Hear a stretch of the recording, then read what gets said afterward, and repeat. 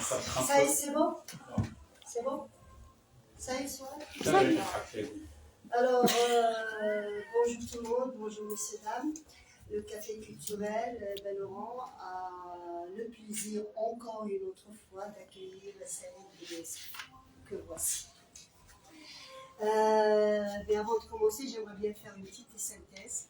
Saïd Ben Youssef, il est de passage à Oran pour un mois. C'est fini. C'est fini, oui, c'est déjà, ça passe tellement vite. Mais au cours de ce mois-ci, il a, généreux qu'il est, les jouettes, il a donné, il a organisé beaucoup de rencontres, d'abord à l'adresse des jeunes. Trois ateliers en tout. Le premier atelier, c'était avec Yikhlef Amer, la troupe Le Gouel, le conservatoire Ahmed Oudou. Et c'était à l'adresse de la troupe Le Gouel, tenue par Yikhlef Bouamer.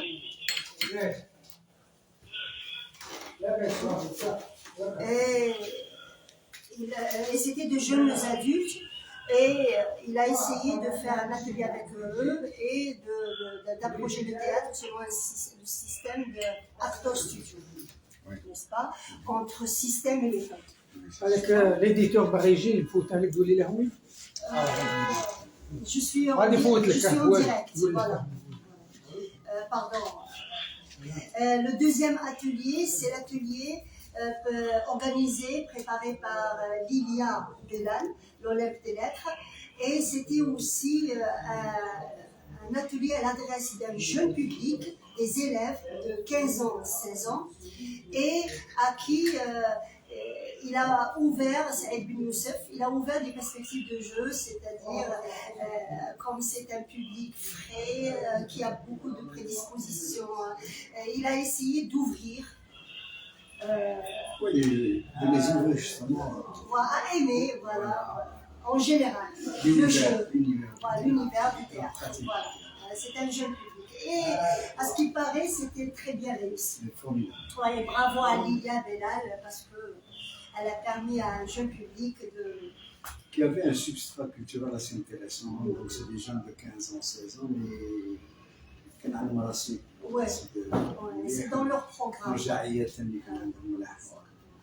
Et le troisième atelier, toujours à l'adresse des jeunes, c'est un atelier, aussi c'est une masterclass, ouais, préparée conjointement, moi, le Café culturel Belleran, et le TNO, le Théâtre Nouveau de Zino Bahamou. Ben Hamou, au théâtre, au petit théâtre Dar al-Thaqafa Ahmed Zabana du Plateau. Ex-Richanzi, où il y avait بحضور مديرة دار الشبيبة والممثلة القديرة مريم يوسف ملكة يوسف عذرا ملكة يوسف نشكرهم على الاستضافة والحضور والتشجيع. وكان كذلك un atelier où il y avait aussi, c'était le jeu de l'acting, c'est ça. Et il y avait un va-et-vient entre les éléments théoriques et... C'est ça, c'était une introduction dans le système Stanislavski et puis son pendant qui est la méthode. Ouais. Et ils ont joué une pièce, Philophobia de Zino, et il leur a donné des conseils précieux à cette jeune troupe. Voilà, 3 ateliers à l'adresse des jeunes, et quand même, c'est généreux, c'est très riche et enrichissant. Le débat qui a suivi ces 3 ateliers était vraiment très constructif. Aujourd'hui, c'est une autre activité, une autre expérience. C'est une rencontre pour lecture dramatique. Saïd Ben Youssef et Ma'amar El-Houali vont nous lire leurs textes. Ce sont des textes inédits. Saïd Ben Youssef, il va nous lire un texte intitulé les mots croisés, c'est un jeu de mots, mot pluriel de mal. C'est un moins mal chaud. C'est à lui de nous faire découvrir cette pièce. Et Ma'ammar al-Rouari, c'est aussi un texte inédit, chronique d'Oran, ou comme il aime lui-même le dire, chronique de Saint-Antoine, son quartier d'enfance.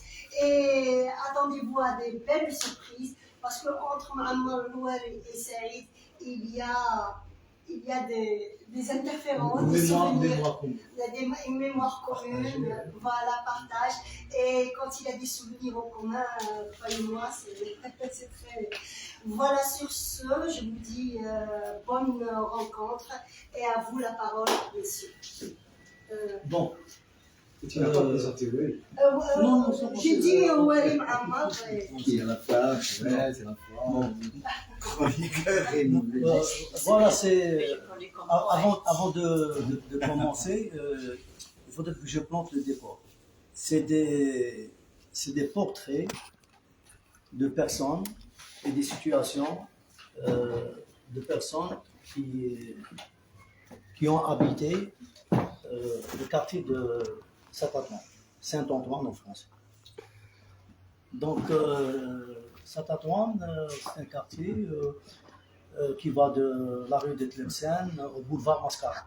Il est entre la rue de Tlemcen et le boulevard Mascara. Et il y avait deux grandes places. Une place qui s'appelle Place Laurence et une place où il y avait le commissariat, qu'on appelait à l'époque le 4e, qui est aujourd'hui le 1er arrondissement. Dans ce quartier, il y avait 4 cinémas à l'époque.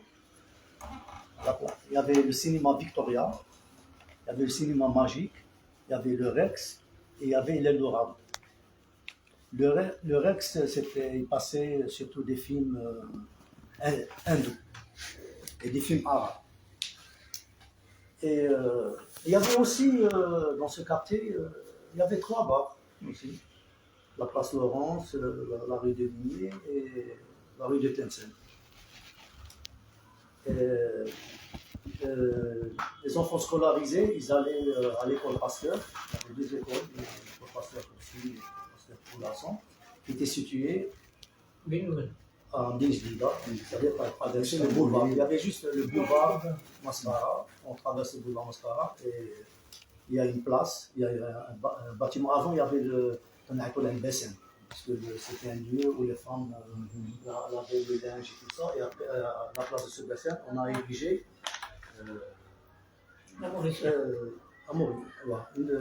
un bâtiment. Et on passe en bas. Et à côté, sur la gauche, il y a le moulin, ce qu'on appelait le moulin. Saint-Parc, ancien Saint-Parc, le moulin, où les camions venaient jusqu'à l'orée des années 80 pour livrer le blé et prendre la farine. Voilà. Donc, nous, on a grandi. Moi, j'avais Saint-Antoine en face. Il y avait le boulevard, qui était un no man's land. Parce que quand il y avait des bagarres, c'était soit la rue d'Adesso, Saint-Antoine, soit derrière le moule. Mais pas sur le boulevard. Bagarre entre qui? Ça commence. Ouais, des bagarres. Entre gamins. De jeunes, d'adolescents. Mais bon, c'était pas des bagarres rangées. On se battait, et puis faire la guerre. minutes. Non, la guerre, c'est autre chose. Moi, je parle de bagarre. Donc voilà, il y avait des épiciers qui étaient connus, populaires, Am Kabot, Am Brek, il y avait la pêche, la petite pêche, il y avait des gens qui étaient connus. Il y avait quelques-uns qui ont fait des études, qui sont devenus, à l'époque, les premiers qui ont eu le bac, c'était des savants. On prenait conseil auprès d'eux, surtout sur les films, sur les livres, sur tout ce qui touchait à la vie. Parce qu'ils avaient le bac, parce que c'était quelque chose. Donc, moi, pourquoi j'ai pensé à ces jeunes, c'est tout ça, parce que beaucoup sont devenus des délinquants. Il y en a qui sont sortis et d'autres non, qui ont passé leur vie jusqu'à la fin. Ils vivaient d'expéditions, parce que quand ils ont vieilli, ils ne pouvaient plus faire les coups fumants d'avant et tout ça. Donc, ils vivaient de petits expédients. par-ci, par-là et tout ça. Et moi, j'ai beaucoup de tendresse pour ces gens. Parce que, figurez-vous, ils faisaient partie de la fête, mais ils sont restés nos amis. C'est ça qui est extraordinaire. Quoique ils avaient pris la tangente, il y en a qui faisaient qui étaient des dealers, d'autres qui faisaient le vol à la sauvette, d'autres qui le jeu, la pop qui était investi dans le jeu et tout ça. Mais ils n'ont pas été, c'est-à-dire ils n'ont pas été marginalisés ou tout ça. Ils faisaient partie de lui rentrer à la prison. Mais ils n'étaient pas aussi mauvais aussi, au moins. Non, parce que Gardez. moi je pense, c'est-à-dire, c'est les circonstances. Quand on a vécu dans ce quartier et tout ça, c'est-à-dire forcément ils pouvaient être, parce que tu sais, il n'y avait rien, ils étaient marginalisés, c'était des enfants qui n'allaient pas en vacances, qui avaient des difficultés pour acheter des affaires scolaires, dont les parents avaient des petites entrées, c'était des journaliers et tout ça. Et donc, par la force des choses, ils sont devenus, et puis quand ils ont commis le premier larcin et tout ça, on les a tout de suite happés, les prisons et tout ça. Et, en prison, qu'est-ce qu'ils rencontrent? Ils rencontrent des noms fameux de mafieux et tout ça, et ils rencontrent pas des gens. Et il n'y a pas une prise en charge quand ils sortent de prison, tout ça, pour avoir des formations. Donc c'est pour ça que, bon, moi je garde quand même un regard tendre envers eux. Et c'est pour ça que je voulais écrire dessus. Donc voilà. Il y avait un nom très connu avant parmi les milieux et tout ça, qui s'appelle un gars qui s'appelait Zombo. Il est né à... Comment il s'appelle? Zombo. Zombo. Et il faut dire que tous les sobriquets, tous les surnoms étaient d'origine espagnole. Tu avais Zombo, c'est-à-dire qu'il y a quelqu'un hargneux. Tu avais Checlabo, ça veut dire Sacaclavo. Tu avais Rata, ça veut dire le rat. Donc, c'était les sobriquets espagnols, parce que c'est, par excellence, c'est un quartier espagnol. Il y avait des musulmans et des Français. Non, mais je parle de la période post... post-indépendance. Donc, j'ai fait le portrait de Zombo, sa vie et tout ça. Éligible aux Zombo, intro. Alors, enfant, entre larcin et bagarre sans fin, à l'entrée du cinéma Victoria qui passait des films policiers avec Roger Hanin ou Idé Constantine, ou le Rex de Rex, spécialité indienne, avec le fameux Dara Singh. L'école ne t'attire que par sa cantine. Un plat de lentilles ou d'haricots blancs, ça valait le coup de s'y attarder jusqu'à midi. Le reste du temps, c'était baby-foot, Zamblaya qui Polo, chez Ami Ashor. Qui, soit dit en passant, en plus de sa boutique, avec son compère Doum Doum, entre parenthèses, tout en rondeur et douceur, qu'on est tenté à défaut de l'enlacer, de lui mettre un coup de pied de l'intérieur, juste dans le derrière pour lui exprimer notre profonde sympathie. Doum Doum muni de son tambour et Ashor de sa zorna arrondissait la fin de mois en animant les banquets de mariage qui se déroulaient sur les terrasses de café. Zambon, encore teenager, tu promènes ta carrure d'ébène sous le soleil exubérant de Sataplan et ses environs. Éclatant de santé et de fierté, ça te met à l'abri des colibris et l'Asie, des petits morveux du quartier. Et tu portes en sobriquet comme un trophée dont tu n'as pas démérité, et qui pour longtemps, rien qu'à son évocation, suscitera respect et considération. Chez les petites frappes et les seconds couteaux, le respect dans le milieu assure des revenus conséquents. Enfin, entre bêtises et broutilles, tu es propulsé par la grâce d'un article sensationnel dans le journal local à une gloire infâme. Le journal titré « Le gars qui se prenait pour Al Capone dans le Chicago de la prohibition ». C'était l'époque de la série des Incorruptibles, avec Robert Stack à la télévision. Et te voilà abonné à la maison d'arrêt, ramassant au passage tous les petits vieillis non élucidés. Tu ne vas pas faire du chichi pour un petit séjour prolongé. Tu ne comptes jamais tonton. Et ton papa, ton pauvre papa, avec son accent du tweet. n'en revient pas. On vole un millefeuille, c'est l'heure de champ. On vole une madeleine, c'est encore champ. On vole une banane, c'est toujours champ. Il n'y a donc que Chambo, il y a toujours faim dans ce pays. Puis les années ont passé, et ta force et ta jeunesse sont trépassées. De nouveaux venus sont sur le marché. Ils vont à toi se mesurer. Pour se faire un nom, il n'y a pas mieux que d'avoir affronté Zambo. Puis ils hissent leur drapeau et amarrent leur propre pavillon. Bedonnant et usé, tu te résignes à abandonner les charranges. Ces jeunes d'aujourd'hui n'ont plus le respect de l'éthique, encore moins celui de la hiérarchie. Mais en rangeant tes voiles, tu te rends compte que tu n'as jamais appris à naviguer seul, ni à voler de tes propres ailes. Empêtré que tu es les pieds sous terre. Et de la maison, tu n'as connu que les arrêts, jamais l'intimité. Paix à ton âme, et au monde de pas de chance, de Satatouane, de Montanica et Sidibel. Post-scriptum. À ton époque, avec un peu de jugeote et un niveau de fin d'études élémentaires, tu aurais fait un bon délire en col blanc. Et on t'aurait même donné à l'occasion du Hajj Zambo. Ouais. Magnifique. C'est beaucoup d'émotions, beaucoup de tendresse. Zambo. Zambo.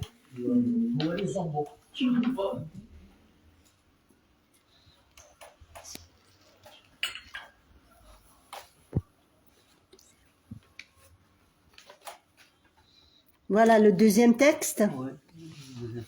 Le deuxième test, on va passer à... Où est-ce que tu l'as mis, Zambo? Donc, On avait un épicier, qui s'appelle Amibri. Il est originaire du Sousse. Amibrik.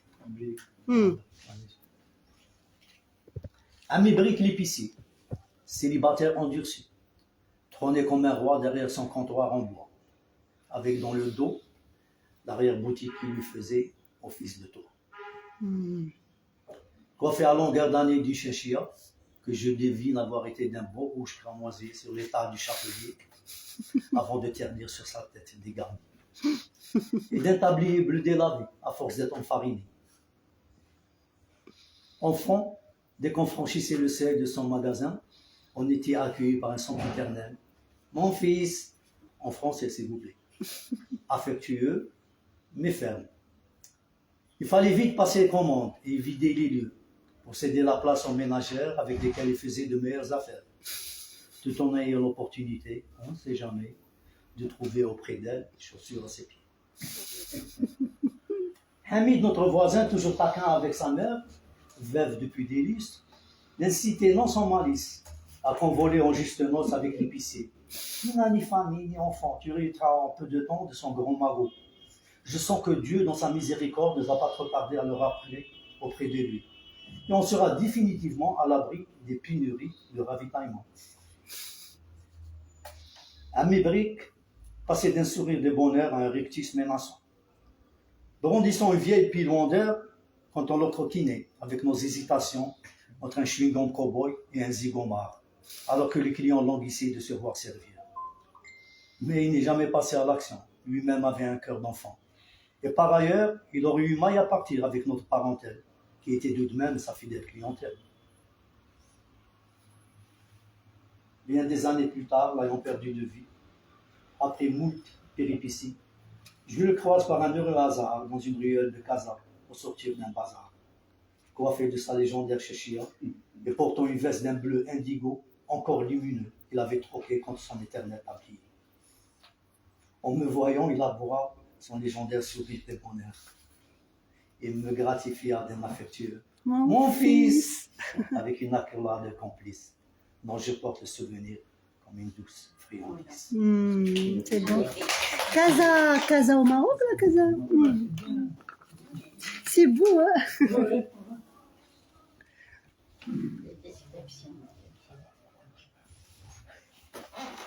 C'est aussi un autre personnage, il est parti. Rachid. Hors de son quartier, ils se sont en territoire étranger. Ils marchent en dominant de la tête. À droite, à gauche, à gauche, à droite. La hantise d'un coup bas ne le quitte pas d'un pas. Il s'est fait beaucoup d'ennemis à cause de sa langue fourchue et ses petits coups tordus, profitant de l'appui de sa grande fratrie. Dans son fief et bien à l'abri de ses adversaires, il prenait des airs de gladiateur pour impressionner son auditoire. En cas de bagarre, protéger juste mon dos d'un coup vache. De face, je peux me battre comme un taureau et sans relâche. Que ce soit Van Damme ou Jackie Chan, je ne recule jamais comme un lâche. Mais en vérité, ce n'est que contre sa femme qui le tarabustait sur son incapacité à prendre en charge dignement sa petite famille, qui livrait ses grandes batailles. Le gîte familial lui servant de rigue idéale. Avec son poids coq, il s'entillait d'un coin à l'autre, sans pouvoir faire mouche. Sa tendre moitié n'étant pas une poule mouillée qui se laisse facilement dépluer. Des coups dans sa chienne de vie, elle en a tellement reçu qu'elle peut par ricochet généreusement en distribuer. Mais elle veille à sauver les apparences pour conserver son semblant de foyer, en singeant la femme battue, pour ne pas heurter la virilité dans son intrépide mari devant sa belle famille, avec qui elle cohabite. Et cette famille, trop habituée à la simagrée, n'en a cure de la combat truqué. Et quand les voisins, excédés par tant de bruit, ils se posent en arbitre pour mettre fin à leur pugilat, elle les accueille avec un long silence.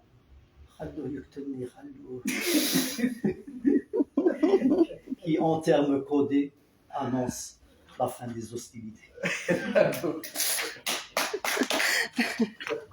C'est bien dit. Ouais, des portraits.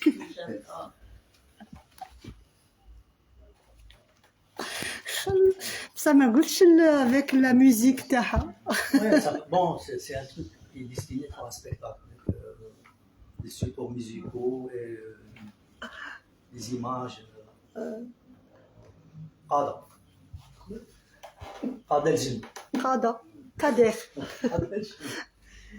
Il sort la lame de son cran d'arrêt avec la rapidité de l'éclair. Il est plus véloce que Lucky Luke avec son revolver. Je le vois avec ses mimiques et ses acrobaties en excellent héros de bande dessinée. Pour son bonheur, sa réputation de maître du tranchoir qui fait dans le milieu sa gloire le protège des vilaines familiarités, des petites frappes et des malfrats sans grade.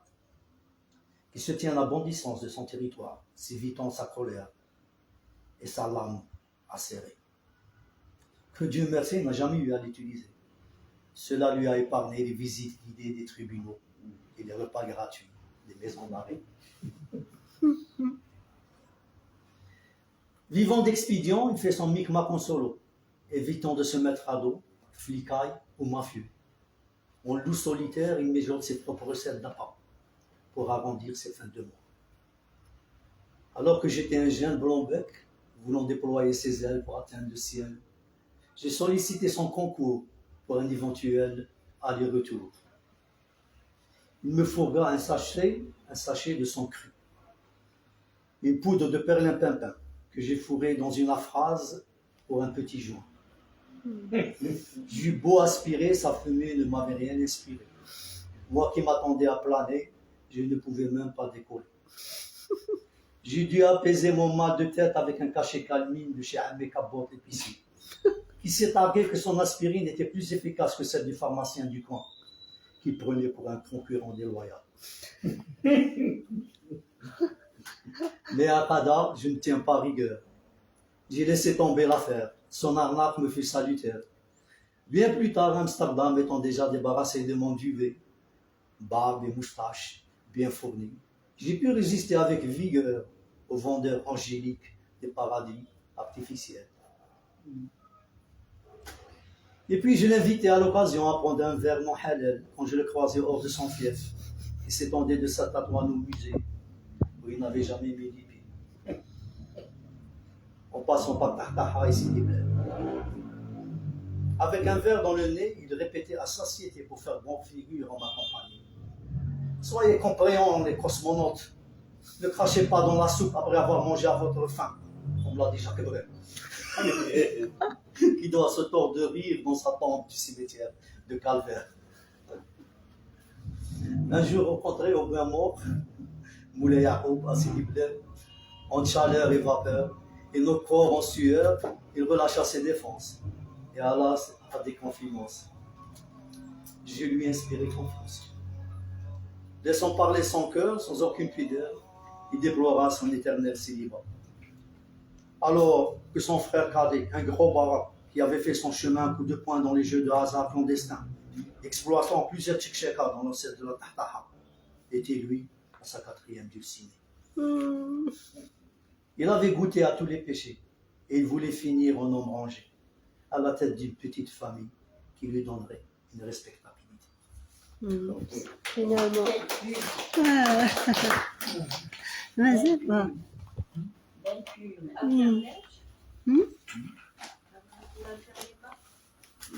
Et il a boulot. Je dois partir. Là, c'est des jeunes qui étaient sans repère, sans laissés à eux-mêmes, livrés à eux-mêmes. Ils avaient pour rêve, comme toujours, comme aujourd'hui, de Haga. À l'époque, Haga, c'était par les bateaux. Le Haga, il était individuel. C'est un gars qui se faufilait dans le port et tout ça. Il montait dans un bateau. Il peut se retrouver au Danemark. À Mostaganem.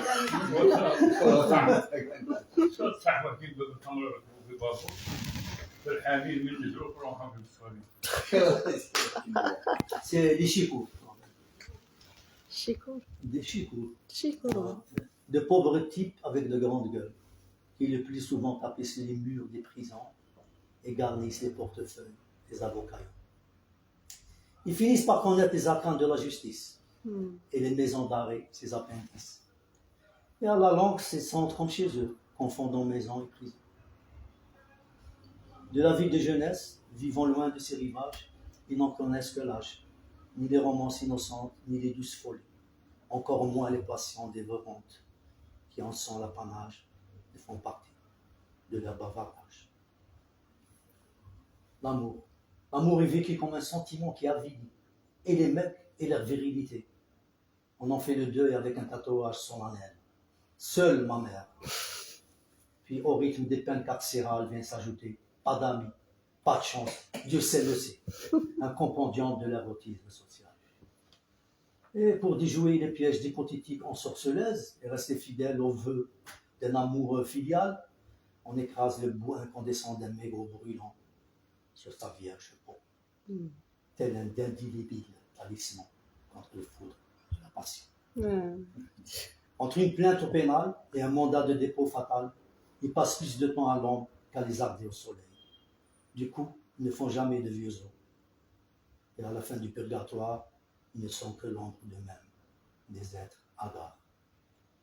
Par les souffreteux, ils partent les pieds devant, en rendant l'âme sans un regard d'adieu d'une quelconque femme ou un geste affectueux d'un hypothétique enfant. Oh. Qu'est-ce que c'est triste. Il est beau, hein, Chirgel. Mais il y a aussi des beaux jours dans la vie. Ouais. C'est clair.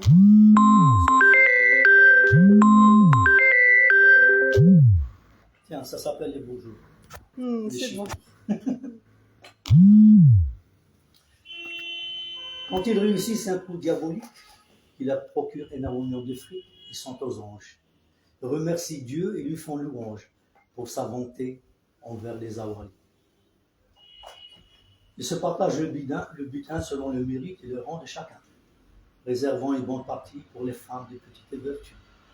Ils choisissent bien dodu achalandés, car ils aiment bien se ventrer de la graisse émordiée et la viande crue, avec leur bouche édentée, après une période de vaches maigres et de lisettes, sans l'ombre d'une midinette. La première destination est vestimentaire. C'est le Soukergel en contrebas de Tahtaha, où il faisait une halte dans les cafés, avant que ceux-ci ne soient transformés en locaux pour Gileba et Cheshire, Médine. Des cafés qui avaient leur propre sphingie et discographie selon la clientèle, urbaine ou bédouine. Et selon ses humeurs, on pouvait écouter Cheikh Hamada ou Ahmed Wabi, Abdel Halim ou Doukali, ou Cheikh Hatta, qui rivalisait avec Moutaïba Seydi. Pendant que le Meddah tenait en haleine son assemblée sur les exploits de Siyid Ali, le magicien avalait des lames rasées qu'il restituait de sa bouche en collier devant le regard effaré des publics ingénus. Alors que les acrobates sans filet de sécurité défiaient les lois de la pesanteur sur le parvis. Les chemises en paillettes, le pantalon alpaga et les souliers noirs vernis étaient les panoplies rêvées des fêtards de la nuit, qui généralement débutent sagement à partir du bar de la place Laurence, fréquenté par les petites gens et la pègre du quartier et de ses environs. Et où, pour l'anecdote, n'hésitez pas, ma vieille tante, à l'occasion d'y mettre les pieds, cherchant son frère qui s'y attardait. Elle sermonnait les clients en les traitant de siffleurs de fond de bouteille sans vergogne ni honneur. À ses yeux, il n'avait que le whisky, boisson des hommes distingués, qui était digne d'être dégusté. À minuit, la tête bien chauffée par les 11 degrés de la vinasse de l'ONCV, le convoi des taxis clandestins, des vieilles gambardes sur le point de rendre l'âme, s'ébrollent dans la gaieté vers le paradis des oiseaux de la nuit. Boîte de nuit, cabaret, boui-boui. L'offre est alléchante, gasba, rail urbain ou musique occidentale. Nos amis jettent toujours l'air dévolu sur les hauts lieux du rail, pour officier les ténors de Khaled Aouida Ben Saïd, de Fadela à Shabazahra, avec en point de mire le casino et la guinguette à Canastel, ou la roue et le Biarritz sur la corniche. Dans un brouillard de fumée et de vapeur d'alcool, les chanteurs crachaient dans un micro strident les mélopées des bleus alarmes. On fustige les femmes infidèles, tout comme ces dernières dénoncent l'ingratitude des hommes polygames. Au petit matin, après avoir claqué leurs billets dans les joutes verbales par brèches interposées et noyé leurs rêves dans l'alcool plus ou moins frelaté, ils rejoindront leur maigre lit en s'offrant un crochet par le coucha à ce bel Tolba pour colmater leur estomac avec une chaga de Kelentika, cuite au feu de bois, saupoudrée de commune et relevée d'Arisa. Le vendredi, jour de farniente, ils sortent les ardés en surveste estampillée Lacoste. Le crocodile bien en vue pour la frime et chaussée de Stan Smith en prime. Mais déjà fauché, il fulmine après chaque gorgée de café qui passe d'une main à l'autre, d'avoir tout claqué en une nuit, tout en espérant un prochain coup fut.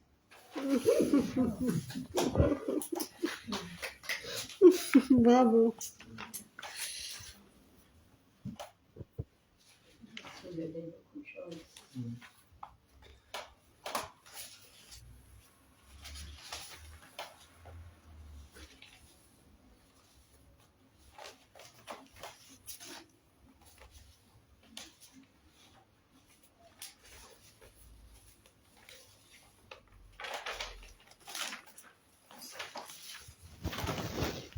Ça, je l'ai ajouté pour faire la différence. C'est-à-dire, on peut, pour les mêmes méfaits, pour le même comportement, pour les mêmes être soit élevé sur un piédestal ou méprisé. Et c'est pour ça que j'ai fait référence à, par exemple,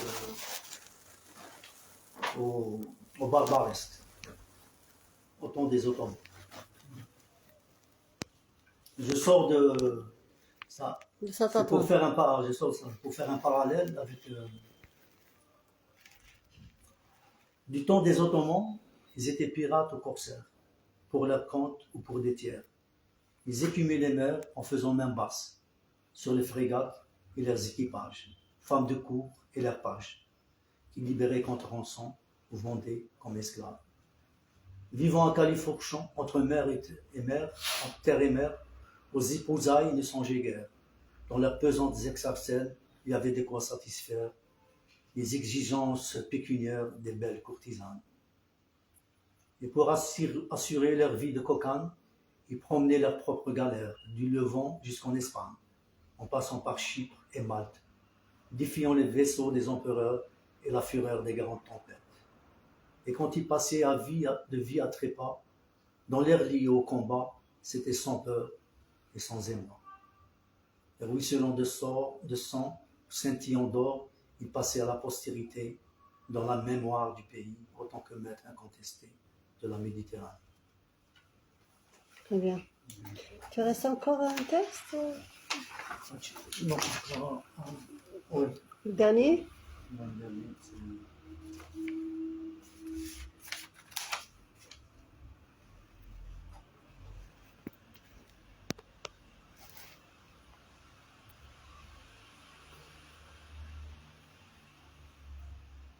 Ténazet. Et? Ténazet. Ténazet était belle en yeux rieurs, sourire lumineux, le costume décontracté sur une chemise ouverte par tout temps. Jamais de cravate, un air d'intellectuel toujours affublé, des livres à la main. Sartre et Camus n'avaient pas de secret pour lui. Il fit la connaissance de Zina, une charmante lycéenne qui prenait le même bus que lui. Elle, pour rejoindre son établissement scolaire, Zina était la pharmacie, où il officie. À l'époque, les filles ne jacassaient qu'en français. Elles avaient grandi avec les photoromans. Et un je t'aime mon amour ne pouvait se concevoir que dans une langue étrangère. Et lui, dans la langue de Molière, il excellait. Ils étaient dans un nuage, mais la réalité des mœurs, entre coutumes et traditions, les fit revenir abruptement sur terre. Un prétendant bien aisé se présenta pour demander sa main. Et sa famille l'accorda. Il ne pouvait rivaliser avec un maigre salaire, un appartement exigu et la présence d'un frère dérangé. Par dépit, il a tronqué son éternel bouquin par un 10-45 euros de Duquesne, Louis Saïd. On avait tout de suite compris que son idole avec Zina, c'était fini. Par solidarité et en se faisant violence, son ami Snoussi, qui était branché, chanson à texte et proteste sangle, abandonna pour un temps Bob Dylan et Léo Ferré pour les accords de la chanson de Duquesne. Chaque soir montait du grand boulevard le chœur des lamento de Ténazet et Duquesne au son de sa guitare. Non, ce qui... Bon, voilà. Voilà. Bravo. Bravo. Un dernier mot, ouais? Non, ça, il y a encore d'autres textes qui sont en préparation. Bien. C'est pour un spectacle qu'on va concevoir. Mais il te manque juste un éditeur. Hmm? Il te manque juste un éditeur. Il est là. Comme ça. Juste un éditeur. Donc, Ouais, il faut penser, ouais. On pense à un spectacle avec des chansons algériennes de l'époque pour. Déjà. Ouais, un peu Ahmed Saber, Blaoui. C'est-à-dire traduire en jazairi. Ouais. الجزائري يجوا خير من الفرنسي. بوكو. جسم ترجمتم عربية؟ هادو مازال. الجزائرية. هذو غادي يجوا غاية. بالدارجة يجوا يجوا غاية. الدرجة تاع وهران هذوك وهرانية يجوا شابين. وي. لا ماتيغ كاينة. لا ماتيغ في امرأة شابة هذا باش يفكرني بأنغرون يسري بأنغرون ميدسان كتبوا الإرهاب في 93 لهذيك الليسي الله يرحمها هذيك الليسي عندها لا سيري تاع لي روم ويحكي على لي ديتاي تاع الكوتيديان الصالة بالصفة يحكي تاع البوكس البولة تاع الشعب ما سمعش البوزي تاعي شحال من درجة شحال من تكست فيهم؟ شغل تاع الدرجة لي تكست هادو je suis en train d'écrire une dizaine de textes mais je suis une dizaine de textes mais مازال تاع نكتب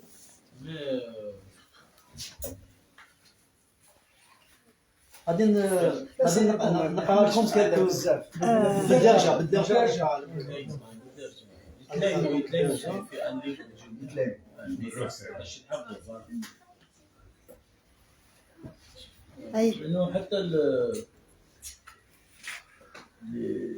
لي تكست اللي كيتحفظوا في كتاب، خاطش يحتاجوهم حتى سواء الطلبه كيبغيو يديروا المسرح كانوا يحوسوا على لي تكست ما سيرش. انا هبه عندهم هذا المشروع. حتى المسرح في الجزائر محتاج للنصوص المسرحيه. قليل اللي يكتب نصوص مسرحيه. ف اللي الترجمه. وعندي بالعربي بالدارجه. هذه بالجزائريه واه. الجزائريه. الجزائريه وهران.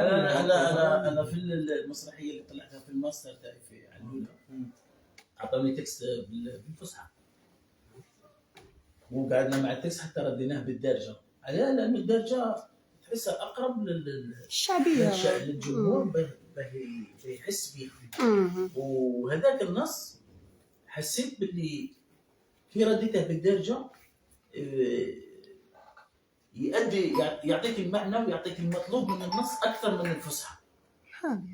كي تقعد تهضر بالفصحى تصيب بكري بالك كي كانوا يهضروا بالفصحى كانوا يتقبلوها ويفهموا المعنى. كانوا شي تهضر لها انت حاجه تضحك بالفصحى ما تفهمش. غادي تقرا وري؟ غادي نقرا. تفضل. هذه الشعراء اسمها. قالت لي حوريه نندبع على شاعر عندك كارطه شرفيه في سلك الدلالين، عمرها ما نحارب كلمه تخالف ميزان المدح تاع وقت الامويين. من بعد مشوار طويل ولا مثقف كبير ينظم البيوت ويبروسي قصايد باش تلمع كي الياقوت ويجيبها في العلالي مقعد وزاري. كاين واحد ثاني عنده خطه حرفيه متخصص في التكريمات والمهرجانات الثقافيه، بكلام معسل ومعطر يمدح ويشكر في قصايا المشرفين على توزيع الهدايا حتى ولو كانت رمزيه، ننسى المتنافسين عن جائزه حريه التعبير. كاين لاقى موظف الزرادي والعادي عنده تسريح شفوي يفضح ويمدح بكلام محمص على حساب القعادي، يشتم في اللحاسين قداري وفي وسطهم يغمص. نطر باشر حاجه علي ما سمعت انا بريكي. Merci. Aya Wali, tu boucles. Vas-y. هذه تعال عنطر و قالت لي حوريه في بلدان العرب من بعد شقلاله تاع عنطر مع عبله وهبال قيس مع ليله ما بقاتش هضره، ما كاش اللي عنده الحق يزيد يعشق. الراجل كي السبع لازم يشد قدره. حتى غزاله ما تخطف عقله، والبنت حجره كريمه ماهيش رخيصه ترويها كليمه. راه مكروه كان حتى اللي حرموه، واللي يصرف على ورده مع سافالونتين يتغدى من شجره الزقوم من ساعاتكم. غادي يحملوك سي لو سكون دوغري هذا. شكرا معمر الهواري. شكرا. ونتمنى تحول كاع هذه الكتابات الى كتاب. ها هي دار النشر القدس وترجمها الى اللغه الجزائريه. أليس كذلك؟ نعم.